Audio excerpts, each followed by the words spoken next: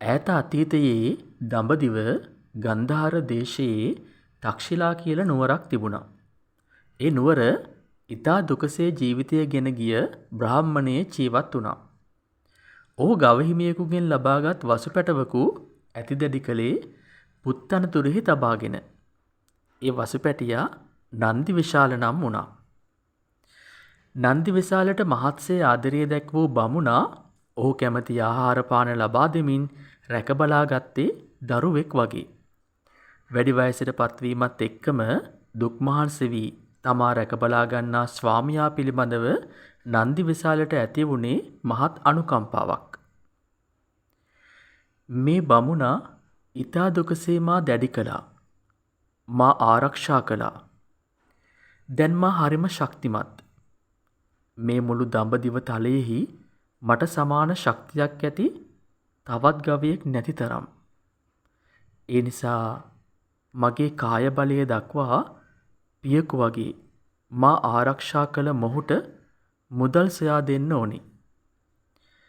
මේ විදියට හිතපු නන්දි විශාල තමා ඇතිදැඩි කළ බමුණා අමතා මේ විදියට පැවසුවා. බ්‍රාහ්මණය, බොහෝ ශක්ති සම්පන්න ගව සම්පත් අයිති කෙනෙක් මේ ළඟ ඉන්නවද? "ඔව් පුත්‍රය, බොහෝ ගවයින් අයිති සිටාන කෙනෙක් ඉන්නවා." "එසේනම් බ්‍රාහ්මණය, ඔහු වෙත යන්න. මගේ ගවයට එකට බඳින ලද බර පැට වූ ගැල් 100ක් එකවර අදින්න පුළුවන් කියලා ප්‍රසිද්ධ කරන්න. ඒ ගවය එක්ක තරඟයට ගවයෙකු ගෙන එන්න කියන්න. මසුරන් 1000ක් තෑග්ගක් දෙන බවත් කියන්න." ඒ අහලා බොහෝ සතුටටපත් වුණු බ්‍රාහ්මණයා වහාම ගියේ ගවයින් අයිති සිටානන් හමුවන්න. සිටානන් හමු වෙලා බමුණ මෙහෙම කිව්වා. "මේ නුවර ශක්තිමත් ගවයින් සිටින්නේ කාටද? බර ඇදීමෙන් අපගේ ගවයන්ට සමාන කළ හැකි ශක්තියක් ඇති වෙනත් ගවයින් මේ දඹදිව තලයේම නැහැ. නැත සිටානනි, බර පැට වූ ගැල් 100ක් ඇදීමට සමත් කෙනෙක් ඉන්නවා." "බ්‍රාහ්මණය, එබඳු ගුණක කොයින්ද?" "මගේ ගෙදර ඉන්නවා." "එහෙනම් මගේ ගවයින් එක්ක බර ඇදීමේ තරඟයක් පවත්වමු." "හොඳයි. එහෙනම් කහවණු 1000ක් පරදුවට තබමු." මේ විදියට ගිවිසගෙන බමුණා නිවසට ඇවිල්ලා ගැල් 100 සූදානම් කළා. තරඟය පවත්වන දිනය උදා වුණා. ඒ දවසේ එකවර කරත්ත 100ක් අදින ගවයා බැලීමට විශාල සෙනඟක් නගරයට පැමිණිලා හිටියා. ඒ ගැල් පුරවල තිබුණේ වැලි, ගල් හා කැට කැබිලිති වලින්. සුවඳ පැනින් නහවපු නන්දි විශාල ගවයගේ බෙල්ලේ මල් මාලයකින් සරසලා තිබුණා. විසිතුරු ලෙසින් සැරසපු ගැල් වලින් නන්දි විශාල ගවයා පළමු ගැලෙහි බැඳලා තිබුණා. බමුණත් එහි වාඩි වෙලා නන්දි විශාලට කෙවිත ඔසවලා ගැල අදින්නට අනකලේ රළු වචන වලින් කතා කරමින්. "ඇදපන් ගොනෝ, ඇදපන් කුලා, ඉක්මනට ඇදපන් කුළු ගොනා." මේ විදියට කෑ ගැහුවා. රළු පරුස අමිහිරි වචන ඇසීමෙන් නන්දි විශාලට ඇති වුණේ ලොකු කේන්තියක්. මේ බ්‍රාහ්මණයා කුළු නොවූ මට කුළු ගොනා කියනවා. පරුස වචනයෙන් කතා කරනවා. මේ විදියට හිතපු නන්දි විශාලගේ හිත හොඳටම රිදුනා. ඒ හින්දා නන්දි විශාල ගැල් පෙළ අදින්න නැතිව ගලක් වගේ නොසෙල්වි හිටි විදියටම හිටියා.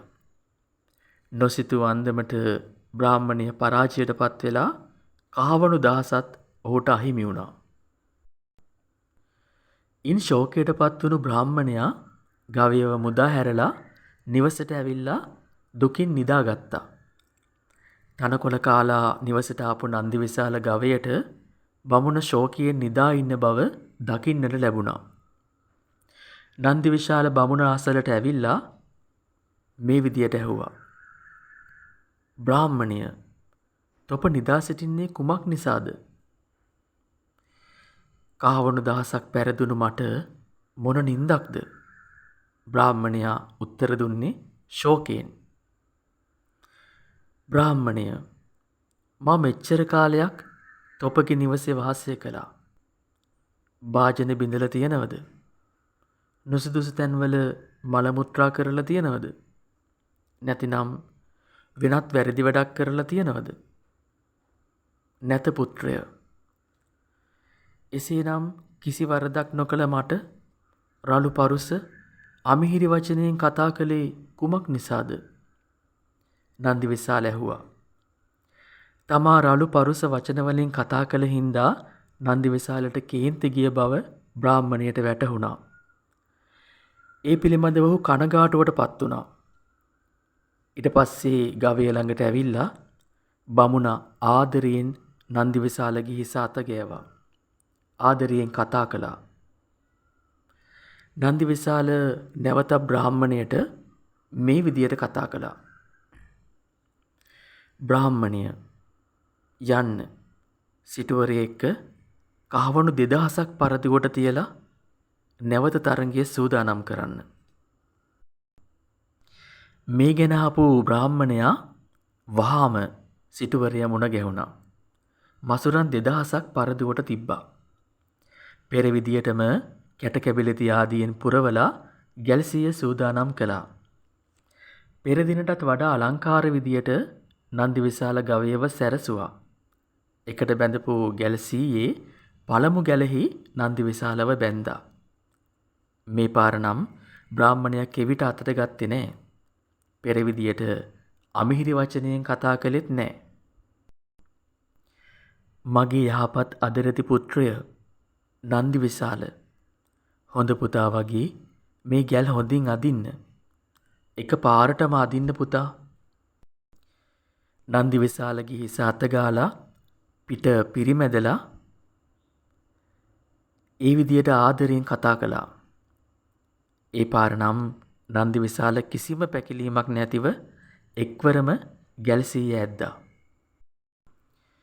බ්‍රාහ්මණයගේ සතුට නිම්හිම් නැති වුණා. රැස්ව හිටපු පිරිස ඔලවරසන් දුන්නා.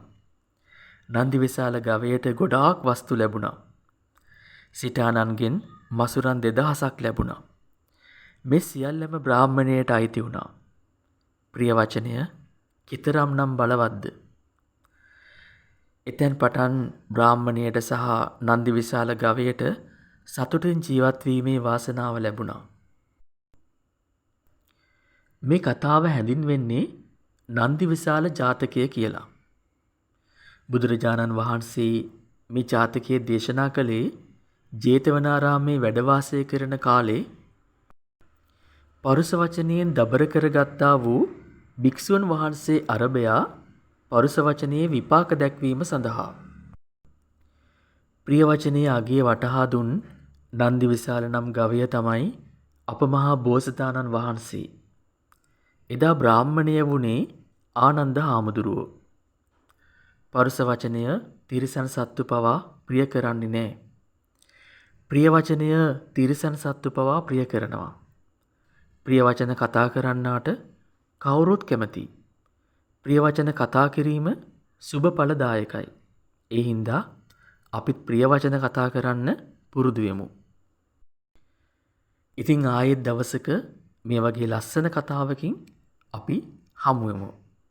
අදට සමුගෙන යන්නයි සූදානම් වන්නේ. අපගේ නාලිකාව subscribe කර තබා ගන්න කියලා නැවත වරක් මතක් කරනවා. හැම දිනාටම තෙරුවන් සරණයි.